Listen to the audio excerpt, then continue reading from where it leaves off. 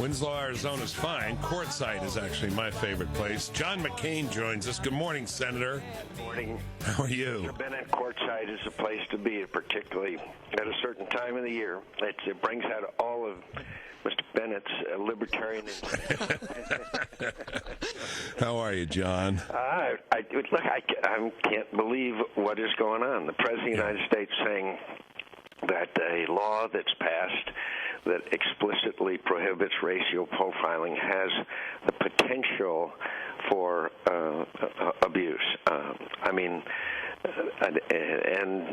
the President of Mexico comes to the United States of America and announces his opposition to what is clearly a state's right to pass laws, and fails to mention that Phoenix, Arizona, after Mexico City, is the world's largest kidnapping capital. Yes, sir. I wonder why Phoenix, Arizona would be number 2 behind Mexico City as the kidnapping capital of the world. It's because of the flow of illegal immigrants brought in by these coyotes, these human rights abusers. I would have liked to have heard President Calderon talk about the drug cartels and the coyotes that are coming across our border. Over 1 million of them crossed last year by calculations that are accurate. Over 1.3 million pounds of marijuana were intercepted just in the Tucson sector last year, and the President of the United States, because of the failure of the federal government to secure our borders, is now criticizing the law that his Attorney General and his Secretary of Homeland Security have not read, but already condemned. We were talking to U.S. Senator John McCain, if you didn't know, ranking. So obviously I'm a little fired up this morning. Yeah, we are. That's all we've been talking about all morning. What I've been saying is, it's crossed the line here, Senator. The President not only condemns one of the United States, he is President of these United States, all of them, but he also welcomes a foreign president, a president from a foreign country, to come to the United States and to trash a state of these United States. Well, again, President Obama said it has the potential. What? Tell me a law that doesn't have the potential. That's why we have checks and balances in the United States of America.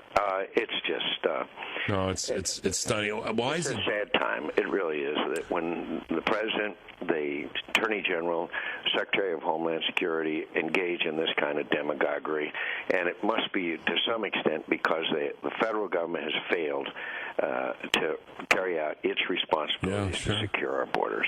They are not persuading anybody. They got to look at this, and it's not just people in Arizona. 70% of the American people support what the people in Arizona are trying to do, which is practice elementary self-defense through the rule of law. And let me also point out something to you.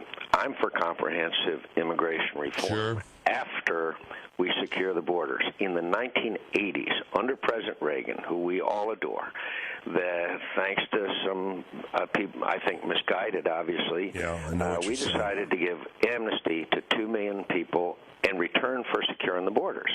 We gave the amnesty, didn't secure the borders. Then we said we wanted to secure the borders again and have comprehensive reform. The prerequisite was securing the borders.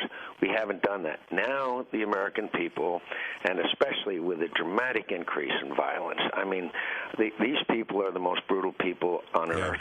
Now, and with the drug cartels and posing an existential threat to the government of Mexico, we have to secure our borders first.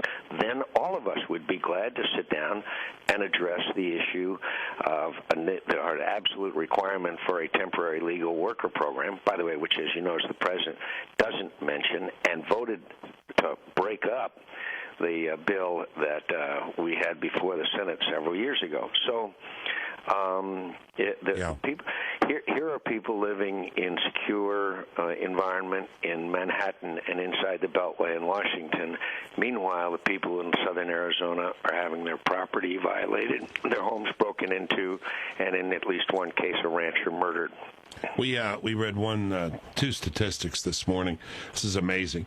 The Border Patrol apprehended 241,000 people, confiscated a record 1.3 million pounds of marijuana, not in Arizona, but in the Tucson sector alone. The Tucson sector. It's unbelievable. And if you figure if you catch 1 out of 4 out of Right. 5, or 4 or 5, that's over 1 million people.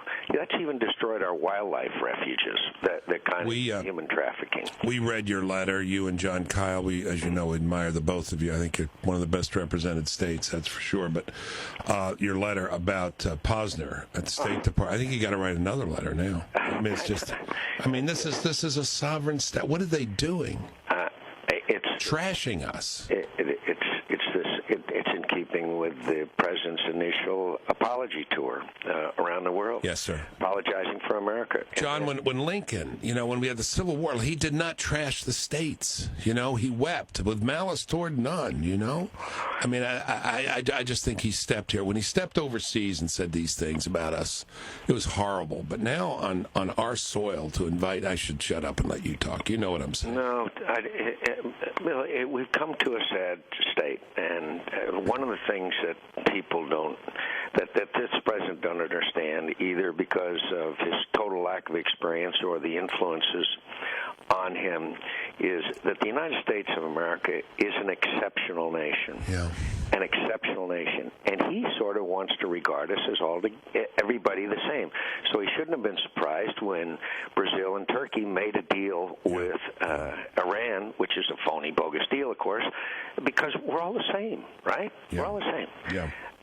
But getting back again to the immigration issue, I understand why people come to the United States of America. And by the way, Calderon did not mention that the economic conditions in Mexico are one of the driving factors. Right. Governments matter.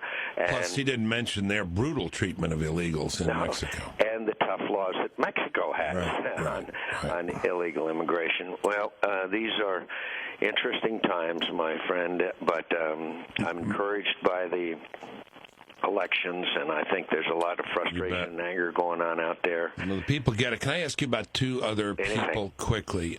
You were great last time we were on. I told you my frustration about Casey, and you said, well, that's why I voted against him to be chief. But Sestak, who beat Specter, this is a dumb question because you've seen lots of them, but yesterday I spent 20 minutes. How does a guy serve that long in the Navy and end up so liberal? I have no idea. I have no idea. Thank you. I had all sorts of people serve for 2 years explaining, well, he's a bureaucrat Navy, not a real Navy, and you say I have no idea. I appreciate that. I have no clue, my friend. Some of the things that guy has said, I'm telling you, my father and my grandfather are spinning in their graves. I'll bet. who were admirals. I love your answer. Thank you. That's the best ever. I don't have a clue. The second serious thing, I just, again, just shakes you. Blumenthal in Connecticut. What the heck is that about? From time to time we see this, and I've never quite understood it because in these days of Google and YouTube, why they would do such a thing, I don't know. I can't explain it. I don't know why. Right. It's obviously some kind of personality thing, but you see it happen not fairly often, but from time to time with people who otherwise you think would have better sense. I think I know, and probably my perspective, being in graduate school when you were in that prison, my wife was wearing your bracelet, and she was in high school. I think I do understand it. There's an awful lot of people who feel very guilty about the fact that they weren't there. And so they make it up in their head somehow that they were, in order to get their own self-approval. This is amateur psychiatry, but an awful lot of that generation, my generation, feels, we weren't there. You were. Boy, were you there. Well, I was at an event last night where they honored General Conway, the Commandant of the Marine Corps, and there was a lot of our wounded and injured soldiers and Marines there, and they're the last ones to talk about their service and heroism. They're the last ones. They don't mention it unless you mention it to them. John, we got about a minute left. I don't want you to get in the middle and lose it. Should we? Can you stay another segment so we get the full story? Sure. Okay, all right. Because we're coming up on a break. I don't want you to get into the middle of it. Of it. Anyway, we'll come back. We'll come back with Senator McCain. We'll talk more about Arizona. It's a fabulous interview. You know what's great about this interview? Twice I asked questions. He said, I don't know. I don't know what's in this guy's head. I don't know what this person's talking about, why they would go in that direction. What a great answer. What a great answer. He's absolutely right, of course. There is an answer, though, but it wouldn't occur to a guy like John McCain. But to those of us who were in graduate school, we know, because we sat around with people who were saying, hey, I got that deferment. Hey, I got another deferment, I know. We'll be right back. Senator McCain will finish that story. We're back with Senator John McCain, and I got two questions for him. We're talking about this disgrace and it is a disgrace, the president of Mexico trashing these United States and state of Arizona on American soil. The president letting that happen, indeed welcoming it. But we'll come back to it, but I have two questions for John McCain. First, will there be a Pacquiao-Mayweather showdown? Will you go, and can I go with you? Too much money. They're going to do it, I'm sure, and I'd love to have you go. It'll be one of the great fights in the last quarter century. Do we have to sit with Harry Reid like... No, I don't think that'll happen again, my friend. Times have changed. All right. Okay, because I went to the Holyfield-Tyson fight. Mm-hmm. I was in the 12th row. Yep. Pretty good. And I looked down. Jack Kemp's in the first row with Don King. Oh, my God. This is my life, Anyway. All right. You hang around with the wrong people. I know, yes, I do. Yeah. Anyway, you said General Conway, and you started a story. It popped in my mind about this service. Well, last night I was there's an outfit called No Greater Sacrifice. Right. Please go. Anybody who wants to. They're honoring the wounded and their families as well. Anyway, I introduced General Conway. He received an award from them.